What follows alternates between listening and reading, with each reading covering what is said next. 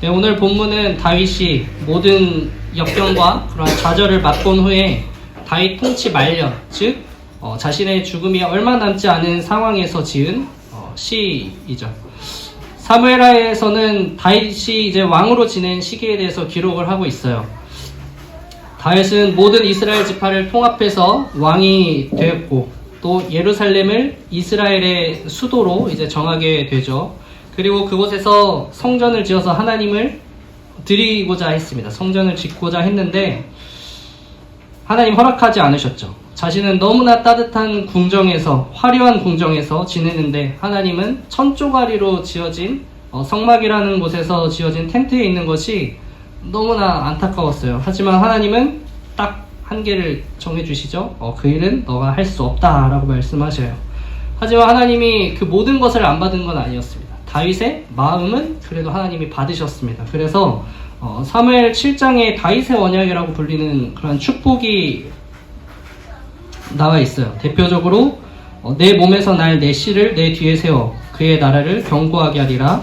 그리고 나는 그에게 아버지가 되고 그는 내게 아들이 되리니 또 내 집과 내 나라가 내 앞에서 영원히 보존되고 내 왕위가 영원히 견고하리라 라는 소위 다윗 왕조와 함께 메시아에 대한 그 언약을 하나님께서 선포하시죠. 원래는 이 언약에는, 구약에는 중요한 두 가지 언약이 있어요. 첫 번째는 당연히 창세기에서 시작되는 아브라함의 언약이고, 그리고 오늘 두 번째 다윗의 언약입니다. 이 언약에는 하나님의 의지가 담겨 있어요. 내가 꼭 그것을 이루리라 라는 의지가 담겨 있습니다. 왜냐하면 그 당시에도 언약에는 절차가 있었어요. 쌍방간에 소개를 하고요. 그리고 쌍방간에 지녀야 될 의무에 대해서 서로 얘기를 하고 마지막에 의식을 치름으로써 그러한 언약이 맺어지는 그러한 순서가 있었는데, 하나님께서는 이 모든 것들을 다 생략하고 하나님께서 모든 책임을 지겠다라는 그러한 다짐으로 맺어진 언약입니다. 쉽게 말해서 하나님께서 목숨이 없으시지만 그럼에도 목숨을 걸고 하나님께서 지켜야 할 만한 그러한 언약이라는 말씀인 거죠. 그래서 다윗이 비록 왕이 된 후에 밧세바와 동침하면서 큰 죄를 짓고 또 반란 때문에 도망다니면서 살지만 또 일이 있었죠. 자신의 잘못으로 이스라엘 백성 7만 명이 죽지만 하나님께서는 신실하셔서 그 언약을 지키고 이뤄나가시는 하나님이라는 것이죠.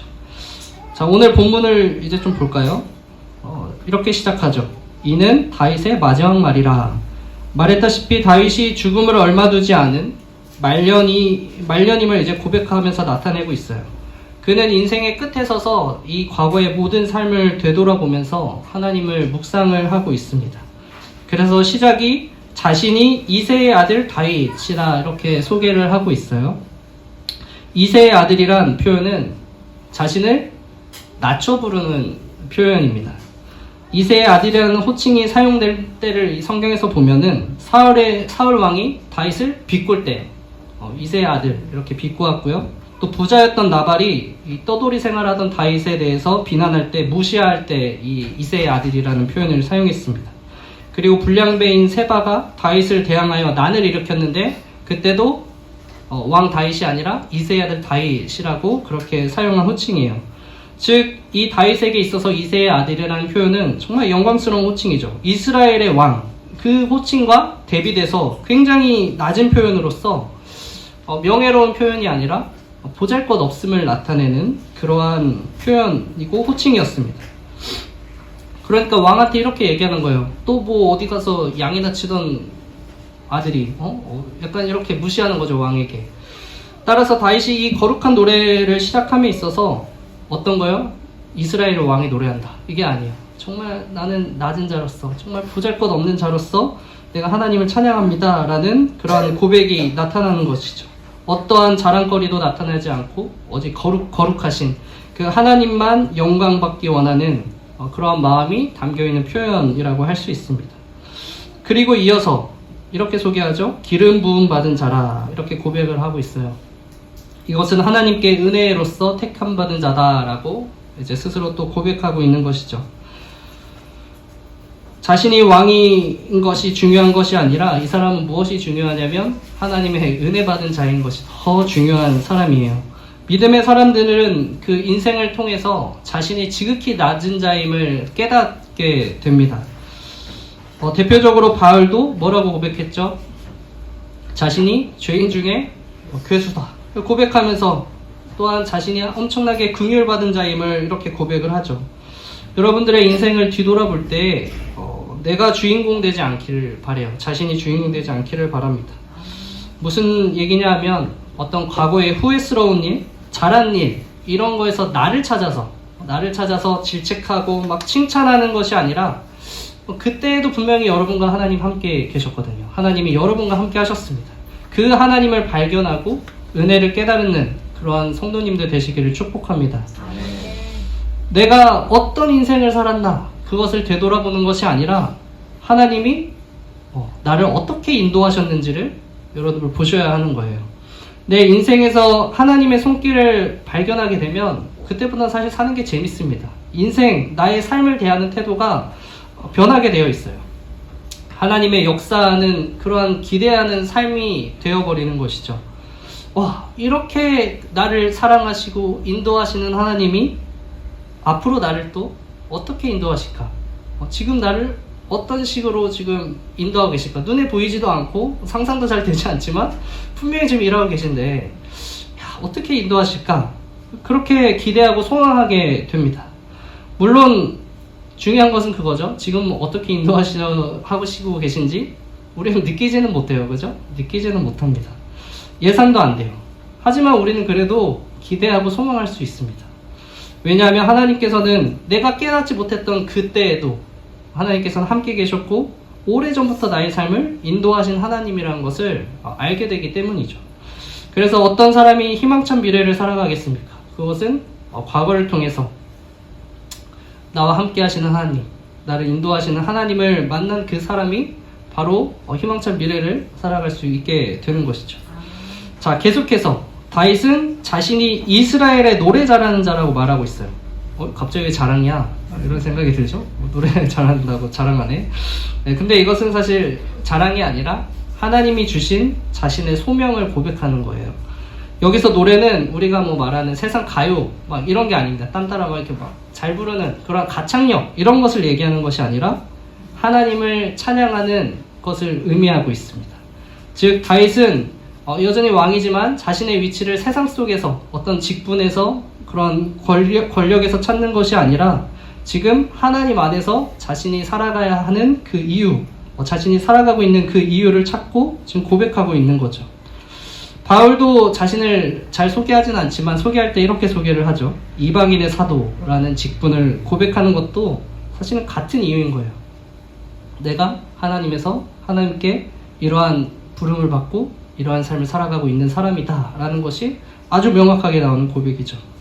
자, 여러분들도 한번 생각을 해보시죠. 우리가 하나님께 기도를 하는데 너무 간절한 마음이 있어요. 그래서 뭐 하나님한테 우리가 소개할 필요는 사실 없지만 하나님 앞에 하나님 제가 있습니다 뭐 이런 마음으로 자신을 설명한다고 했을 때 여러분 어떻게 하나님 앞에 자신을 설명하겠습니까? 나를 설명하기 가장 좋은 방법은 마찬가지입니다. 우리의 하나님께서 나를 어떻게 부르셨는지를 따라서 설명하면 좋죠. 하나님이 뭐 새소만교회 집사로 나를 직분으로 세우시고 뭐 교회 봉사하게 하셨으면 그렇게 소개하면 되잖아요. 하나님께서 새소만교회 집사로 세우시고 어떤 일을 헌신하게 하신 하나님 아버지 이렇게 고백하고 기도하면 우리가 쉽게 하나님 앞에 자신을 소개할 수 있는 것이죠. 물론 직장의 직급으로도 하나님께 설명할 수 있습니다. 어디 회사 대리로 세운 자 뭐 이렇게 설명할 수 있고요. 가정에서의 위치로도 설명할 수 있죠. 가정의 큰딸로 세운 누구누구 이렇게 할 수도 있어요. 그곳에 자신의 소명이 있다고 진정 믿고 기도하고 그곳에서 하나님의 사역을 이어가는 사람은 그렇게 설명할 수 있죠. 우리는 나라고 하는 존재를 소명으로서 하나님께 설명할 수 있습니다. 이처럼 하나님이 나를 부르신 이유를 찾는 것은 굉장히 중요한 거예요. 나라는 존재가 하나님 안에서 명확해지죠. 그리고 내가 살아갈 이유가 너무나 단번에 드러나기 때문입니다. 여러분도 한번 그래서 스스로 질문해 보시기 바랍니다. 나는 왜 사는가? 만약 그 대답이 그냥 사는데요, 뭐 죽지 못해서 살죠, 잘 먹고 잘 살려고 삽니다, 이렇게 대답을 한다면 많이 반성하셔야 합니다. 교회 안 다니는 친구들한테도 한번 진지하게 질문해 보세요. 너는 왜 사냐? 물론 말투가 중요합니다. 잘못하면 너 왜 사? 싸우자는 소리로 들어요. 분위기 잡고 해도 싸우자는 소리로 들을 수 있습니다. 그러니까 진짜 진지하게, 진심이야, 너 놀리는 거 아니야, 너무 내 안에 뭐 의문이 들어서 그래, 너는 왜 살고 있니? 이렇게 부드럽게 얘기를 한번 해보세요. 그래서 들어보면요, 사실은 세상 사람들에게 있어서 왜 사느냐는 사실 중요하지 않더라고요. 대답하지 않아요. 생각해본 적도 없는 사람들이 생각보다 많습니다. 하지만 그건 세상 사람들의 얘기죠. 우리는 그리스도인이잖아요. 그렇기 때문에 그리스도인에게는 매우 중요한 그런 문제예요. 여러분들의 그 대답, 나는 왜 사는가? 그것을 하나님의 부르심에서 그 답을 찾으시기를 축복합니다. 아까 봤지만 왕인 다윗은 하나님 안에서 삶의 이유를 찾았어요. 그것은 하나님을 찬양하는 것이었죠. 그래서 다윗은 정말 최선을 다해서 하나님을 찬양합니다. 왕이지만 언약궤가 들어오는 날 에봇이라고 하는 짧은 치마만 입고 막 춤을 추면서 하나님을 찬양해요. 근데 아내 미갈은 어떠냐면 그런 다윗을 아주 조롱을 하죠. 그때 다윗이 정말 멋있게 대답을 해요. 사무엘하 6장에 나와 있는데 제가 새 번역으로 읽어드리겠습니다.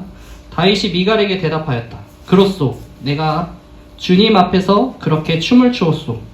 주님께서는 그대의 아버지와 그의 온 집안이 있는데도 그들을 마다하시고 나를 뽑으셔서 주님의 백성 이스라엘을 다스리도록 통치자로 세워주셨소. 그러니 나는 주님을 찬양할 수밖에 없소. 나는 언제나 주님 앞에 기뻐하며 뛸 것이오. 내가 스스로를 보아도 천한 사람처럼 보이지만 주님을 찬양하는 일 때문이라면 이보다도 더 낮아지고 싶소. 그래도 그대가 말한 그 여자들은 나를 더욱더 존경할 것이오. 이렇게 얘기하는 거. 나는 찬양하기 위해서라면 더 낮아질 수도 있다. 난 왕이지만 그건 하나님 앞에 상관없어. 하나님께서 나를 찬양하러 부르셨는데 또 뭐 벌거벗이라고 손가락질 밟고 백성들이 나를 존경하지 않더라도 충분히 괜찮아, 가능해, 하나님만 찬양할 수 있으면, 이런 뜻인 거죠. 그리고 다윗은 그렇게 하나님을 찬양할 때 분명히 느꼈을 거예요. 자신과 함께 하시고 자신의 예배를 받으시는 하나님을 계속해서 느꼈던 것이죠. 그래서 이 다윗은 오늘 찬양할 때도 이렇게 나와 있죠. 2절에서도 여호와의 영이 나를 통하여 말씀하시며 그의 말씀이 내 혀에 있도다. 그는 지금 찬양하지만 하나님께서 지금 자신 가운데 임재하시고 자신 안에 내주하시는 그 하나님이 말씀하시는 걸 느끼고 있는 거예요. 다윗이 지은 시편 23편에서도 아주 유명한 시죠. 시편 23편에서도 그 모습이 잘 나타납니다. 내가 사망의 음침한 골짜기로 다닐지라도 해를 두려워하지 않을 것은 주께서 나와 함께 하심이라. 주의 지팡이와 막대기가 나를 안위하시나이다. 주께서 내 원수의 목전에서 내게 상을 차려주시고 기름을 내 머리에 부으셨으니 내 잔이 넘치나이다. 내 평생의 선하심과 인자하심이 반드시 나를 따르니니 내가 여호와의 집에 영원히 살리로다. 주께서 나와 함께 하심이라. 이렇게 고백을 하잖아요. 다윗이 아들 압살롬의 반란에 도망치면서 찬양한 시예요.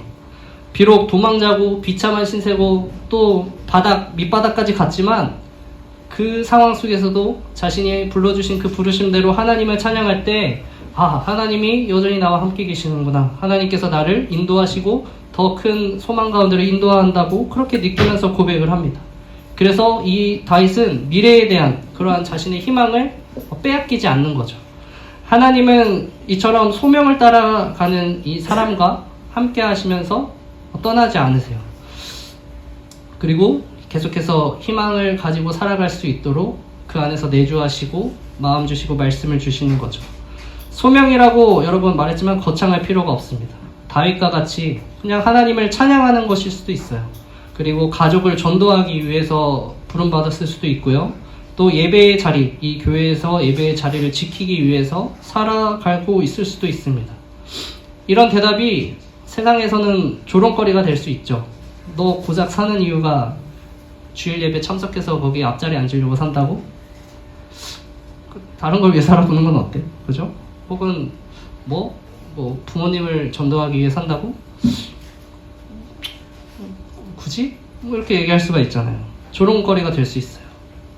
하지만 아무리 세상이 그렇게 별 볼 일 없는 것으로 여긴다고 할지라도 그 무게와 가치는 본인이 제일 잘 알죠.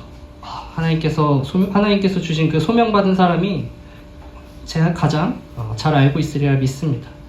결코 누구에게도 무시받을 만한 그런 일들이 하나도 없습니다. 그리고 성경은 오히려 그런 수치와 조롱이 더 좋다라고 말씀하시죠. 왜냐하면 하나님은 그 수치받고 조롱받는 자신 때문에 수치와 조롱 속에 있는 자녀들을 결코 가만히 두시는 하나님이 아니시기 때문입니다. 그래서 소명을 따라 사는 사람은 오히려 고난의 순간에도 어려운 순간에도 하나님이 더욱 함께 하심을 느끼면서 계속해서 희망을 잃지 않고 더 큰 희망을 그려가면서 살아갈 수 있어요. 그래서 어떤 사람이 두 번째로 희망찬 미래를 사는 사람일까요? 소명을 통해서 하나님과 동행하는 사람은 계속해서 희망찬 그런 미래를 살아갑니다. 네, 계속해서 이제 마지막일 텐데 본문을 보면 다윗은 3절에서 5절까지 메시아에 대한 예언이에요. 이것은 메시아에 대한 예언과 하나님의 영원한 언약에 대해서 이야기를 하고 있죠. 그리고 그것을 말하는 다윗은 이 모든 것들이 반드시 성취될 것을 확신하고 있습니다. 신실한 하나님께서 그것을 반드시 이루실 것이다 라는 확신을 갖고 있어요. 자, 희망찬 미래를 위해서 평생 괴롭게 산다면 어떨까요? 네, 그런데 이 확신의 비결이 있습니다. 희망찬 미래를 확신하는 사람은 사실 오늘이 즐겁게 됩니다. 다윗이 희망찬 미래를 누리는 것이 언제겠어요? 언약이 다 성취된 다음에 그제서야 다윗이 막 기뻐가지고 소원을 다 이루어 주셨군요 하면서 그때 기쁠까요? 아니요. 다윗은 이미 고백하는 이 순간 기쁩니다. 지금 하나님께서 미래에 대한 확신으로 말미암아 지금 기쁨으로 그 기쁨을 미리 누리면서 즐거움을 누리면서 고백하고 있어요.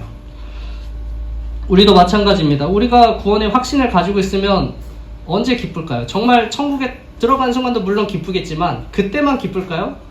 아니요. 사실은 구원의 확신을 경험하고 확신하는 그 순간부터 우리는 기쁜 사람으로 사실은 살아가는 거예요. 우리 온비가 좋아하는 몇 군데가 있습니다. 그래서 제가 온비한테 거기 갈 거야 이렇게 말하면 네. 그러면 온비가 그때부터 매일매일 물어봐요. 기뻐가지고 언제가? 날짜 개념이 없잖아요. 며칠 뒤에 간다고 말해줘도 계속 물어봐요. 그리고 가는 차 안에서도 조용히 있을까요? 아니, 얼마나 걸려? 계속 기쁜 거예요. 그리고 한 가지 더 예를 들면 이 청약에 당첨이 됐다고 우리가 한번 생각을 해보자고요. 네. 근데 이제 뭔가 준비가 돼서 집에 들어갈 수 있을 것 같아. 확신이 있어. 자, 그러면은 언제부터 기쁘겠어요? 당첨된 순간부터 기쁜 거죠. 나 들어갈 수 있으니까 확신이 되니까. 막 그쪽을 지나가면 막 세워질 집을 막 상상하고 집안은 이렇게 꾸미고 저렇게 꾸며야지 하면서 어때요? 아직 오지 않은 그 희망찬 미래를 먼저 기쁨을 누리면서 살아간단 말이에요. 그런데 청약이 됐어도 들어갈 확신이 없어. 어떨 것 같습니까, 여러분? 사실 그때부터 기쁨보다는 근심이 더 큽니다. 들어갈 수 있을까? 어떻게 해야 들어갈 수 있지? 답답합니다. 저 땅을 봐도 내 집이 아닌 것 같고 다른 사람이 차지해버릴 것만 같은 그런 두려움과 또 상상을 해봐도 뭔가 안개 낀 것처럼 흐릿하죠. 잘 상상이 안 돼요. 될까? 흐릿합니다. 별로 기쁘지 않습니다. 네, 답답함이 앞서게 되죠. 이런 사람은 들어가고 나서야 그때부터 기쁨을 누리게 되겠죠. 그런데 어떻습니까? 예수 믿는 우리 여러분 구원 받았습니까? 네, 구원 받았습니까? 그럼 언제부터 기뻐야 된다고요? 네, 지금부터 기뻐야 되는 거예요, 여러분. 상상해 보세요. 야, 내가 천국에 들어갔을 때 어떤 집이 있을까? 초라한 판잣집일까? 대골 같은 궁궐일까? 상상해 볼 수 있잖아요. 그리고 들어갔을 때 하나님 어떤 보좌에 앉아 계시지? 예수님 만날 수는 있는 걸까? 사도 바울이 있나? 네, 뭐 그냥 상상해보는 거예요, 여러분. 왜냐하면 그건 어차피 가서 누릴 기쁨을 우리가 미리 더 누린다고 빼앗기는 기쁨이 아니잖아요. 네, 그렇게 여러분 구원의 확신을 가지고 사시기 바래요. 네, 구원의 개념을 넓혀서 우리가 천국 가는 것만이 구원이 아니라 또 어떤 게 구원이죠? 우리의 삶에 문제가 터졌을 때, 어떤 어려운 일이 생겼을 때 그 가운데 하나님 개입하시고 역사하시면 그것이 또 우리에게 구원이죠. 자, 여러분 그 속에서도 우리가 어찌 기뻐할 수 있냔 말이에요. 지금 힘든데, 어려운데 어떻게 기뻐할 수 있어요? 그것은 하나님께서 분명히 나에게 빠져나갈 길을 주시고 내가 감당할 능력을 주셨고, 그 구원에 대한 확신, 그 상황에 대한 구원에 대한 확신이 있으면 그 속에서도 우리가 여전히 기쁠 수 있는 것이죠. 그래서 하박국 선지자가 이렇게 얘기를 했죠. 비록 무화과 나무가 무성하지 못하며 포도나무에 열매가 없으며 감람나무에 소출이 없으며 밭에 먹을 것이 없으며 우레에 양이 없으며 외양간에 소가 없을지라도 나는 여호와로 말미암아 즐거워하며 나의 구원의 하나님으로 말미암아 기뻐하리로다. 네, 똑같잖아요. 아무것도 없어요. 빈털터리입니다. 이 나라 희망도 없어 보이는데 그래도 나는 기뻐. 왜냐하면 하나님께서 구원의 하나님이시고 하나님께서 우리를 백성을 반드시 회복시켜 주실 것이니까. 네, 구원의 확신을 가진 사람은 이처럼 아직 오지 않는 그런 희망찬 미래 속에서 살아가는 것이죠. 네, 마무리하겠습니다. 우리가 과거의 그 삶 가운데 역사하신 하나님을 통해서 또 지금 이 순간 여러분들의 소명과 함께 동행하시는 그 하나님을 통해서 또 미래의 구원의 확신이 되시는 그 반드시 이루실 신실하신 하나님으로 말미암아서 희망찬 미래를 그리고 또 매일매일 그 기쁨과 능력을 누리며 살아가는 우리 성도님들 되시기를 소망합니다. 기도하겠습니다.